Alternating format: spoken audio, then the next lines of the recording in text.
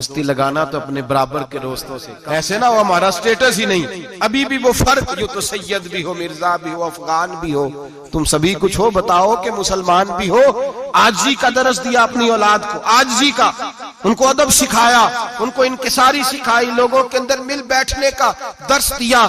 جو آدمی انکساری والا ہوتا ہے، عاجزی والا ہوتا ہے، یوں سمجھو اسے شہد لگا ہوا ہے، دنیا خود اس کے پیچھے بھاگ بھاگ کے آتی ہے۔ جو سب کے ساتھ اس نے سلوک کرنے کا عادی ہوتا ہے، لوگ اس کے گرویدہ ہو جاتے ہیں۔ لیکن جس آدمی کو آپ اکڑنا سکھا دیں، جس بچے کو آپ کہیں بس تو ہے اور کوئی بھی نہیں، اس کی اپنی زندگی بھی اس کے لیے پریشانی والی ہو جاتی ہے۔ میرے نبی رحمت سید عالم صلی اللہ تعالی علیہ وآلہ وسلم نے ارشاد فرمایا، کسی باپ نے اپنے بیٹے کو جو سب سے اچھا تحفہ دیا ہے وہ یہ ہے کہ اس نے اپنے بچے کو اچھا ادب سکھا دیا ہے، اپنے بچے کو اچھا۔ حضرت لقمان کہتے ہیں بیٹے منہ پھیر پھیر کے باتیں نہ کرنا، زمین پہ اکڑ اکڑ کے نہ چلنا، اللہ کو اکڑنے والے لوگ پسند۔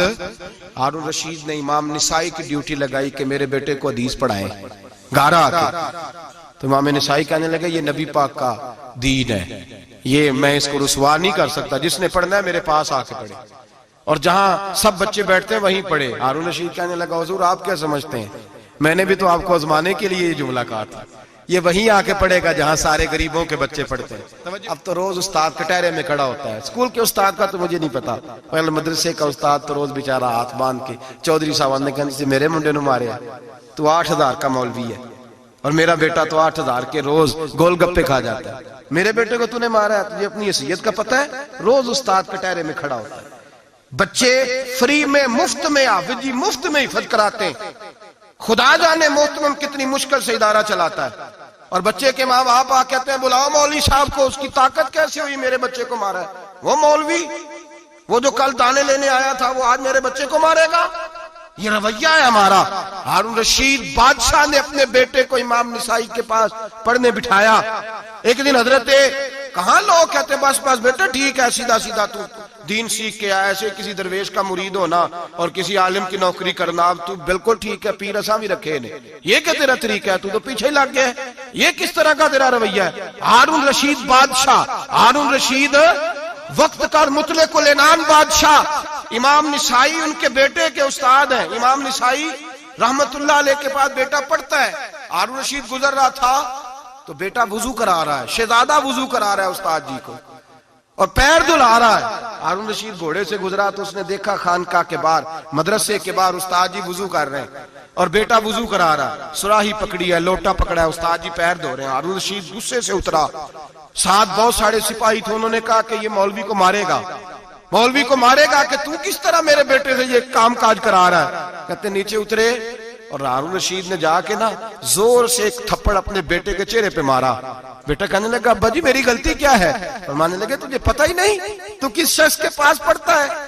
تو پانی ڈال رہا ہے، تیرے استاد کو اپنے ہاتھوں سے اپنے پیر دھونے پڑ رہے ہیں، بیوقوف، ایک ہاتھ سے پانی ڈال اور دوسرے ہاتھ سے استاد کے پیر دھو، تجھے پتہ ہی نہیں کہ یہ شخص جب نبی پاک کی حدیثیں بیان کرتا ہے تو کئیوں کو مصطفیٰ کا دیدار نصیب ہو جاتا ہے۔ یہ پتہ نہیں تو کس محدث کا شاگرد ہے، ایک ہاتھ سے پیر پہ پانی ڈال دوسرے ہاتھ سے دھو، اس لیے کہ بان علموں جو کرے فقیری وہ کافر مرے دیوانہ ہو۔ اگر تو نے دنیا میں کامیاب ہونا ہے تو اس سے فیض علم حاصل کر، بیٹے یاد رکھ، اگر تو اس کی بارگاہ میں حاضری دے گا تو تو آگے بڑھے گا۔ حضرت عمر بن عبدالعزیز کتنا بڑا شخص ہے، ثانی عمر کہا گیا، ثانی عمر کہا گیا۔ حضرت عمر بن عبدالعزیز رحمت اللہ علیہ، حضرت صالح بن کسان ایک محدث تھے مدینے کے، ان کے شاگرد تھے۔ بچوں کو ہم آج ہی کہاں بچے ادب کرتے ہیں ساتھ جا، کہاں ادب کرتے؟ ایک اسٹوڈنٹ مجھے کہنے لگا جی ہم ادب کرتے تھے جب تک استاد ٹیوشن نہیں لیتے تھے، اب استاد بھی تو ٹیوشن لے کے پڑھاتے ہیں۔ اور میں نے کہا خدا کے بندے کیا دے سکتا ہے تو استاد کو؟ حضرت علی فرماتے ہیں جس نے ایک لفظ پڑھایا مجھے گلی میں کھڑا کر کے بیچ بھی سکتا ہے، تو نے قیمت کیا ڈالی ہے؟ استاد کچھ بھی کر لے، استاد نے تو استاد ہی رہنا ہے نا میرے بھائی، لیکن وہ لب و لہجہ ہمارا موجود ہے۔ مجھے ایک دفعہ میرے کالج کے لوگوں نے بلایا، کہنے لگے آپ یہاں بھی پڑھے ہوئے ہیں اور مدارس میں بھی، تو ذرا فرق بیان کریں کالج کا اور مدرسے کا، کچھ بیان کریں۔ میرے ٹیچرز بھی تھے بہت سارے، تو میں نے کہا معذرت کے ساتھ یہاں تو بڑا مشکل ہو جائے گا بات کرنا، لیکن ایک جملہ میں نے مدرسے اور کالج میں ایک فرق محسوس کیا ہے۔ ہمارا مدرسے کا طالب علم آج بھی ہمارے جوتے اٹھا کے آگے رکھتا ہے، وہ آج بھی استاد کی موٹر سائیکل کو ٹاکی مارتا ہے، آج بھی صاف کرتا ہے۔ ہمارا مدرسے کا طالب علم آج بھی استاد کو پشت نہیں کرتا، لیکن کالج کا طالب علم پوچھتا ہے اسلامی آتلا آیا ہے، انگریزی والا آیا ہے، میں نے کہا اس کے تو لب و لہجے میں ادب نہیں ہے۔ اس لیے میں نے دونوں جگہ وقت گزارا تو میں سمجھا ہوں بڑے حالات خراب ہیں مدرسوں میں بھی۔ اب وہ کیفیت نہیں رہی جو بزرگوں کی تھی، لیکن پھر بھی اگر ادب ہے تو مدارس میں ابھی بھی ہے، ابھی بھی خانقاہوں میں ادب ہے، یہاں ابھی بھی خیر کی توقع موجود۔ وہاں سے تو رخصت ہو گیا، وہاں تو معاملہ اور طرح کا ہو گیا الا ماشاءاللہ۔ حضرت عمر بن عبدالعزیز جناب صالح بن کیسان کے پاس پڑھتے تھے، اسٹوڈنٹ تھے، اور پھر بعد میں آپ ان کے مرید بھی ہوئے، باقاعدہ درس لیتے تھے طریقت کا۔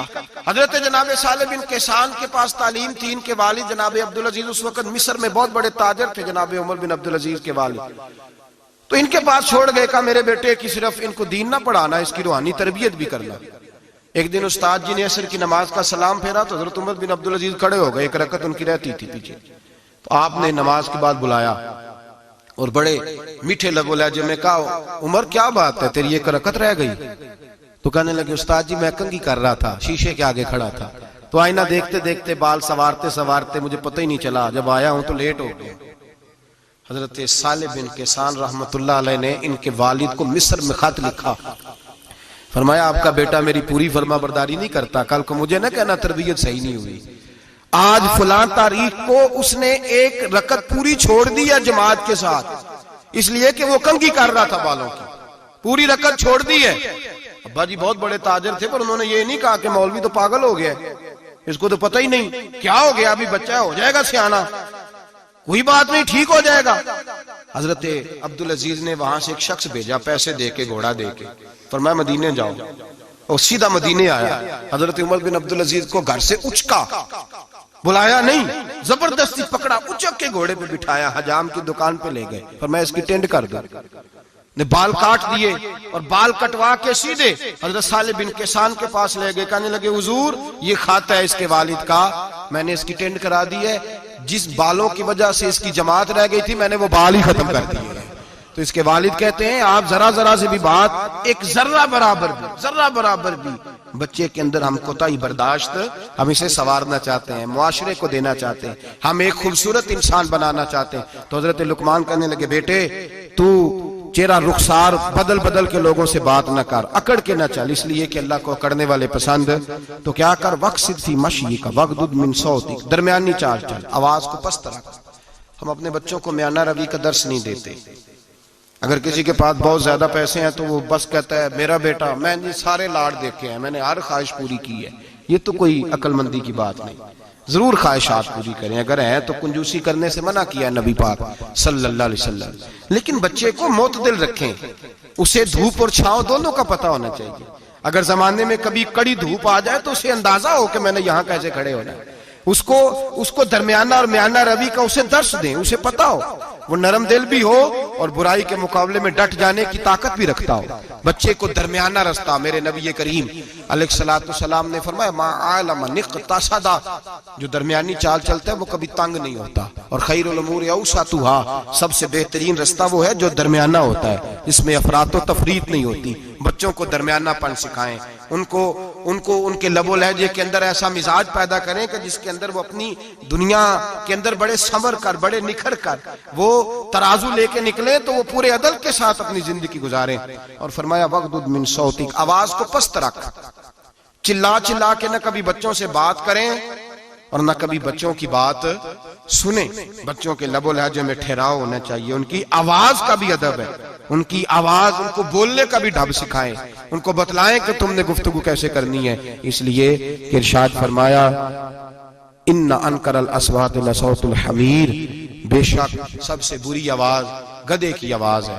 اللہ سمجھنے کی توفیق عطا فرمائے۔ آخر دعوانا